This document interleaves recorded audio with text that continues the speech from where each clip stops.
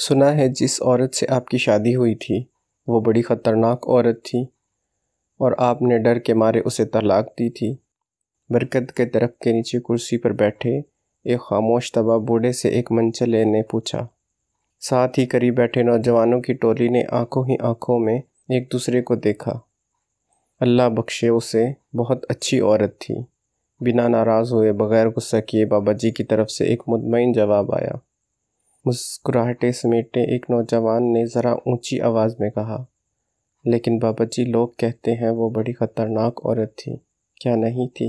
بابا جی کچھ دیر خاموش رہے، پھر کہنے لگے، کہتے تو ٹھیک ہی ہیں، وہ عورت واقعی بہت خطرناک تھی اور حقیقتاً میں نے ڈر کے مارے اسے طلاق دی تھی۔ یہ بات تو مردانگی کے خلاف ہے، عورت سے ڈرنا کہاں کی بہادری ہے؟ نوجوان جوشیلے انداز میں بولا، میں عورت سے نہیں ڈرتا تھا، میں تو اس سے ڈرتا تھا جس تک اس کی رسائی تھی۔ پرسکون جواب۔ نوجوان نے حیرت سے ایک دوسرے کو دیکھا۔ ایسی عورتوں کو تو جہنم میں ہونا چاہیے، کہاں آپ جیسا شریف النفس آدمی، کہاں وہ عورت۔ اچھا کیا چھوڑ دیا۔ نوجوان کے لہجے میں غصہ تھا۔ بوڑھے کی زندگی کا پٹارا کھل کر سامنے آ گیا تھا۔ تجسس ختم ہوا، سب باری باری منتشر ہونے لگے۔ جانے والوں نے عنوان پڑھ لیا، کہانی خود بنانی تھی۔ جو رہ گئے تھے وہ وہی تھے جو اصل کہانی جاننا چاہتے تھے۔ میں بھی ایسے ہی سوچتا تھا کہ اسے جہنم میں ہی ہونا چاہیے تھا، تب ہی میں نے اسے جہنم جیسی زندگی دی تھی۔ بوڑھی آنکھوں میں اضطراب اتر آیا۔ یہ تب کی بات ہے جب میں سرکار کے ہاں 1 روپیہ ماہوار پر ملازم ہوا۔ میری ماں چاہتی تھی کہ میری شادی ہو جائے۔ رشتہ ڈھونڈا گیا۔ ایک مونگ پھلی فروش کی بیٹی میری ماں کو بہت پسند آئی، سلیقہ مند، خوبصورت اور ایک دم خاموش طبع۔ مجھے اس رشتے پر اعتراض تھا کہ وہ ایک مونگ پھلی فروش کی بیٹی ہے، مزدور کی اولاد کو پیٹ کی فکر رہتی ہے، تربیت کی نہیں۔ تربیت بڑے گھرانوں میں کی جاتی ہے جہاں افلاس آنکھوں کی روشنی چھیننے سے قاصر ہوتا ہے۔ وہ کیا تربیت دے گی میری اولاد کو؟ لیکن وہ لڑکی میری ماں کو ایسی پسند تھی کہ اماں اس کے علاوہ کسی کا نام نہیں سننا چاہتی تھی۔ پھر وہ بیاہ کر میرے گھر آ گئی۔ رخصتی کے وقت اس کے باپ نے مجھ سے کہا، میری بیٹی سیدھی سادی ہے، اسے دنیا داری کا کوئی خاص پتہ نہیں، اگر کہیں کوئی چوک ہو جائے تو معاف کر دینا۔ یوں ہے بڑے دل والی، اپنے سائیں کو خوش رکھے گی۔ وہ بالکل ویسی ہی تھی جیسی ماں نے بتایا تھا، سلیقہ مند، سگڑ اور تابع دار۔ بابا جی کی ویسی گھسی پٹی بابوں والی داستان ہوگی، یہ سوچ 2 نوجوان اٹھ کر چلے گئے۔ میری باہر دوستوں کے ساتھ صحبت کوئی اچھی نہیں تھی۔ ملازمت کے اوقات میں کھانا گھر سے باہر کھاتا، دوستوں میں بیٹھتا، رات گئے تک محفلیں چلتی رہتی، پھر گھر جاتا۔ وہ کیا کھاتی تھی، کیا پیتی تھی، کس حال میں رہتی تھی، مجھے کوئی پرواہ نہیں تھی۔ انہی دنوں میری ماں بھی دنیا سے رخصت ہو گئی۔ ایک روز میں جوئے میں بھاری رقم ہار کر جب تھکا ہارا گھر آیا تو کہنے لگی، آپ تو کھانا باہر کھا لیتے ہیں، مجھے بھوک لگتی ہے، ہو سکے تو ایک ہی بار مہینے کا راشن ڈلوا دیجیے، روز روز بازار سے خریداری کی صحبت نہیں اٹھانی پڑے گی۔ کیا اس مونگ پھلی بیچنے والے کی بیٹی کی اتنی اوقات کہ مجھ سے مطالبہ کر سکے؟ مجھے طیش آیا، ہو نہ تم کسی بہت بڑے باپ کی بیٹی کہ تمہیں مہینے کا راشن اور خرچ چاہیے؟ اپنی اوقات دیکھی ہے؟ غصے میں آ کر اس پر ہاتھ اٹھایا۔ میں یہ نہیں سوچ سکا کہ آخر اسے زندہ رہنے کے لیے روٹی تو ہر حال میں چاہیے تھی۔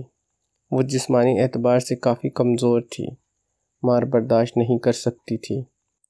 پشیمانی تھی یا کیا، وہ 2 دنوں تک بستر پر پڑی رہی۔ مجھے اس کی بھی کوئی پرواہ نہیں تھی۔ پھر اس نے گھر میں ہی سینہ پرونا شروع کر دیا۔ ہاتھ کا ہنر اس کے کام آیا۔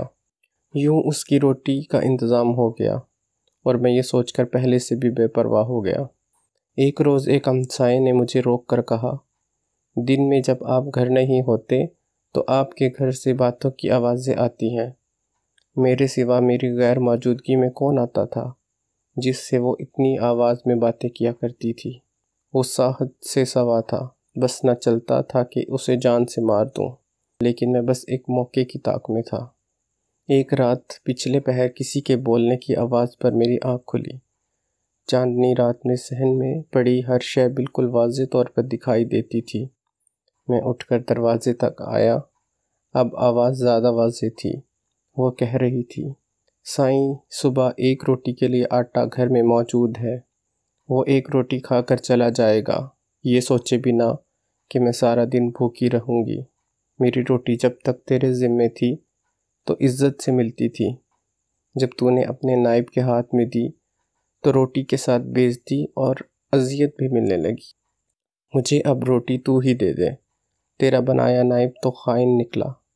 وہ میری شکایات کر رہی تھی، لیکن کس سے؟ کون تھا جو اسے روٹی دیتا تھا؟ مجھ سے بھی پہلے۔ میں نے باہر آ کر دیکھا، وہ صحن کے بیچ چرپائی پر ہاتھ میں سوئی دھاگا اور فریم لیے خود سے باتیں کر رہی تھی۔ وہاں کوئی بھی نہیں تھا۔ میرے پیروں سے زمین نکل گئی۔ وہ خدا سے میری شکایت کر رہی تھی۔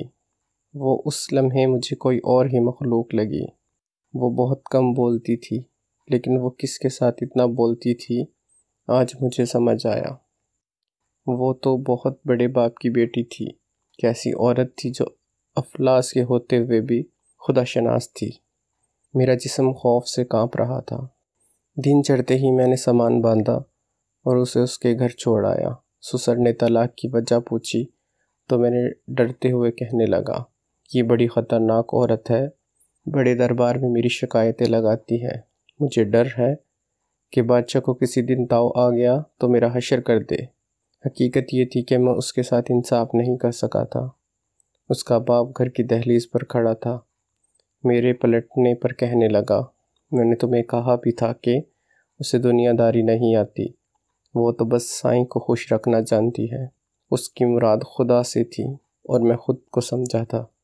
جب میں واپس گھر آیا تو مجھ پر انکشاف ہوا کہ رات اس نے یہی تو مانگا تھا، تو خود مجھے روٹی دے دے، تیرا نائب تو خائن نکلا، اور آج نان نفقے کا اختیار مجھ سے چھین لیا گیا۔ میں بے تحاشا رویا۔ اس کا سائیں بہت بڑا تھا۔ اس کی رسائی جس تک تھی وہ تو دو جہانوں کا رب تھا۔ وہ جس کی ایک روٹی مجھ پر بھاری تھی، وہ اس کے لیے کیا نہیں کر سکتا تھا۔ میں واقعی ڈر گیا تھا۔ میں آج بھی ڈرتا ہوں، کہیں میرے حق میں اس نے کوئی بد دعا نہ کر دی ہو۔ ٹھیک کہتے ہیں لوگ، کہاں میں کہاں وہ، بوڑھی آنکھوں میں نمی اتری۔ میں کور چشم اسے پہچان نہیں سکا۔ میں نہیں ڈرتا تھا، حالانکہ ڈرنا چاہیے تھا۔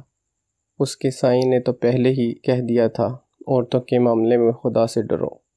کہانی کے اختتام تک ایک جوان بابا جی کے پاس بیٹھا تھا۔ کہانیاں بہت سے لوگ جانتے ہیں، لیکن حقیقت تک پہنچنے والا کوئی ایک ہی ہوتا ہے۔ اگر آپ کو میری یہ ویڈیو اچھی لگی تو اسے اپنے دوستوں اور فیملی کے ساتھ شیئر کریں، اور ہمارے چینل کو سبسکرائب کرنا مت بھولیں۔ شکریہ۔